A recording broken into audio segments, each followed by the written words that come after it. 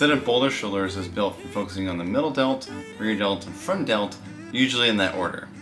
I usually pair middle delt exercises with push days, rear delt exercises with pull days, and front delt already gets plenty of attention from the pressing exercises of the push days. Some studies show there might be as many as 7 different delt heads.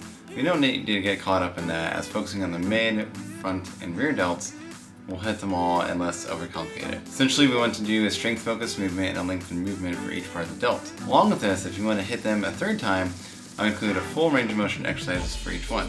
This often gets overlooked and pretty much gets taken care of with the lengthened movement. For the middle delt, we will focus on full or partial sideline dumbbell lateral raises, cable upright rows, and my favorite, lengthened partial cable lateral raises. You can use bench to help with stabilizing for the partial sideline dumbbell lateral raises, but don't be afraid to go heavy on these.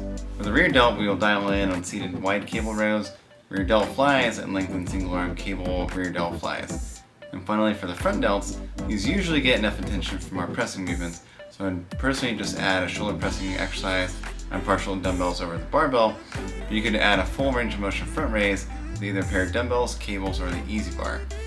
Key for delt training is to focus on mind-muscle connection, especially for the mid-delts. Some accessory muscles like the upper traps can often take over when we really want the attention on the mid-delt. Also, don't be afraid to go heavy on these. This is often underutilized as the delts are like any other muscle group. Going up in weight is key to making them grow. Progression for compound exercises for delt heads should be like any other compound exercise, typically in the 6 to 12 rep range and occasionally dipping into 15 reps, typically for 2 to 4 sets, aiming to add weight or reps over time, with plenty of reps between sets. Isolation exercises should be in the 10 to 12 rep range for 2 to 4 sets. It can be tough to progress in weight sometimes, especially for isolation exercises. For example, going from 10 to 15 pounds for cable lateral raises is a 50% increase. You wouldn't add 50% to your bench, squat, or deadlift, so why should it be any different for delt isolation exercises? The solution is to add more reps, volume, or add intensity techniques. Adding more reps is fairly easily, even if you cheat a rep or two near the end. Volume can be easy too, although the available evidence sees no difference in hypertrophy between a lower frequency and a higher frequency.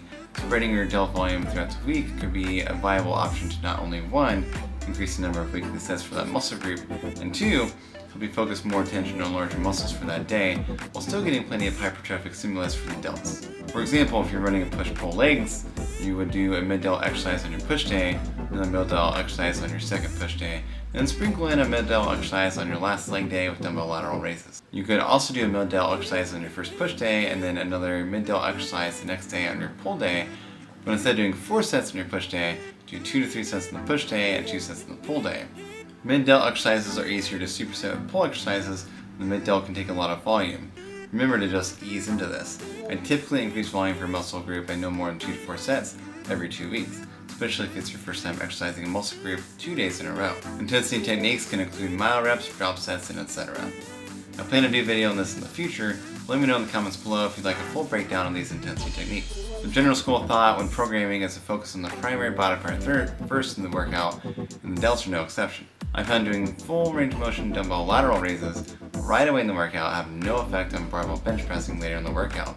So toy around with this to suit your body and how it responds best. With the front and rear delts, this can definitely affect the rest of your workout, but thankfully these can be built fairly well even later on in the workout, as they get hit fairly hard by the heavy compounds before and don't contribute as much to overall shoulder growth as the mid-delts do. This is how you can program your delt work. Superset mid-delts with isolation chest and tricep exercises, superset rear delts with bicep exercises, while front delts get taken care of with heavy bench presses or shoulder presses. You can also superset them with isolation chest or tricep exercises if you so desire. Remember the 7 heads mentioned earlier? Put the icing on the top and make sure you're effectively hitting all parts of the delt.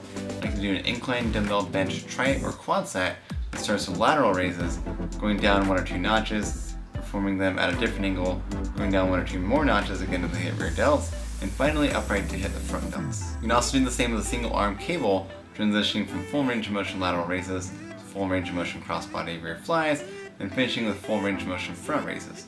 With the cable version, you can adjust the weight to suit each variation better than you could with dumbbells, where you're taking twice as long due to doing one arm at a time compared to doing both arms at the same time on the inclined bench. Keeping this in mind, you could probably perform both arms back to back, since when you're doing the second arm, your first arm is resting, especially from the first part of the delt you hit. For example, let's say you start with the left arm and do the lateral raises, then rear delt flies, and finally the front raises. Your left mid delt is resting while you do the rear delt flies and front raises on your left side, and while you're doing the tricep on your right side. So by the time you get done with your right side, your left mid delt should be plenty rested. Just make sure you rest long enough so your cardio capacity doesn't affect how many reps you can perform. The delts can take a lot of volume and work being done to them, so I wouldn't exactly hold back on the isolation work, especially for the mid and rear delts. They're super easy to superset with any other upper body exercise, and it shouldn't take long for you to see results. I hope this video will help you build massive shoulders. Let me know what your favorite delt exercise is in the comments below. Like this video if you found it helpful, click subscribe if you want to see more videos like this, and I'll see you guys here in the next video.